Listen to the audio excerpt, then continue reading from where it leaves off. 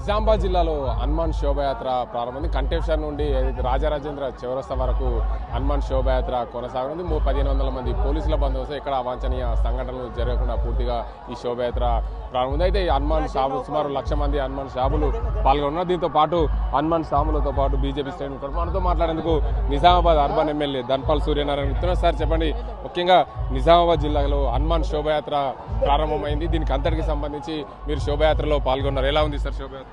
అద్భుతంగా మొత్తం ఇందూరు నగరం అంతా కాషాయమయం. ఏ వీధిలో ఏ గల్లీలో చూసినా కానీ జై శ్రీరామ్ నినాదం. ఎక్కడ ఏ ఆలయాలు, ప్రతి గల్లీలో హనుమాన్ ఆలయాలు ఉంటాయి. ముఖ్యంగా ప్రతి ఆలయంలో అన్నదానం. ఇటువంటి ఇంత గొప్ప సంస్కృతి, ఇటువంటి సనాతన ధర్మం కేవలం హిందూ ధర్మంలోనే ఉంటుంది.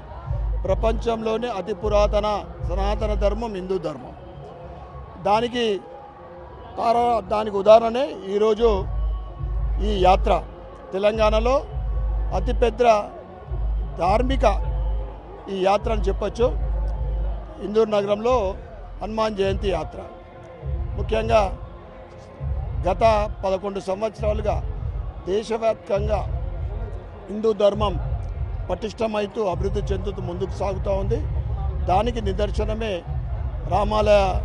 అయోధ్యలో రామాలయ నిర్మాణం కానీ, ఆ తర్వాత కుంభమేళాలో సుమారు 65 కోట్ల జనాభాలు స్నానం చేసి ఎటువంటి ఇబ్బంది కాకుండా కుంభమేళ స్నానం చేసినట్టే మన ధర్మంలో ఉన్న గొప్పతనం అది. ఈరోజు హనుమంతుడి శక్తి, యుక్తి హిందువులందరికీ ఇవ్వాలని, ఆయన ఆశీర్వాదం ఉండాలని, తెలంగాణలో రాబోయే రోజులలో రామరాజ్య స్థాపన కావాలని, అఖండ భారత్ కావాలని హనుమంతుడిని అందరి తరఫు నుండి కోరుకుంటూ మరొక్కసారి ప్రతి ఒక్క హిందూ సోదరుమణులకు మరియు యువకులకు, చిన్నారులకు, మీడియా మిత్రులందరికీ కూడా హనుమాన్ జన్మదిన శుభాకాంక్షలు, శుభాభినందనలు. సార్ చెప్పండి, నిజామాబాద్ నగరంలో హనుమాన్ శోభయాత్ర ఎన్ని సంవత్సరాల నుంచి కొనసాగుతుంది? ఈ 5 కిలోమీటర్ల పొడవు సాగే ఈ శోభయాత్రలో 1,00,000 మందికి పైగా సుమారు హనుమాన్ సాములు పాల్గొన్నారు.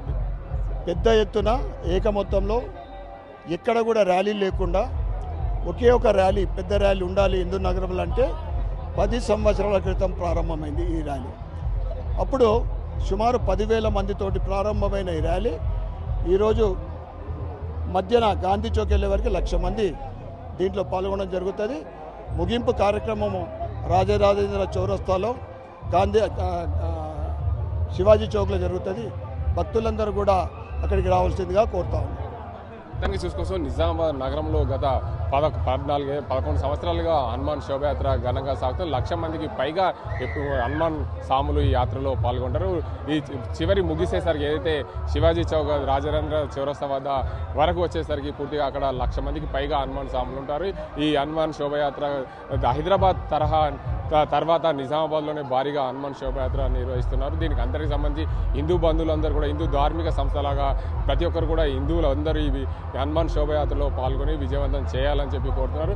రానున్న రోజుల్లో మరింత తెలంగాణలో ఏదైతే భారతీయ జనతా పార్టీ హిందూ ధర్మం ప్రాధాన్యతగా హిందూ జెండా ఎగరవేసే దిశగా ప్రాధాన్యత చేస్తామని చెప్పి నిజామాబాద్ అర్బన్ ఎమ్మెల్యే ధన్పాల్ సూర్యనారాయణ గుప్తా చెప్తున్న పరిస్థితి. ప్రపంచంలో ఏ మూల ఏ క్షణం ఏం జరుగుతుందో వేగంగా తెలుసుకోవడానికి తొలి వెలుగు వాట్సాప్ ఛానల్ని ఫాలో చేయండి.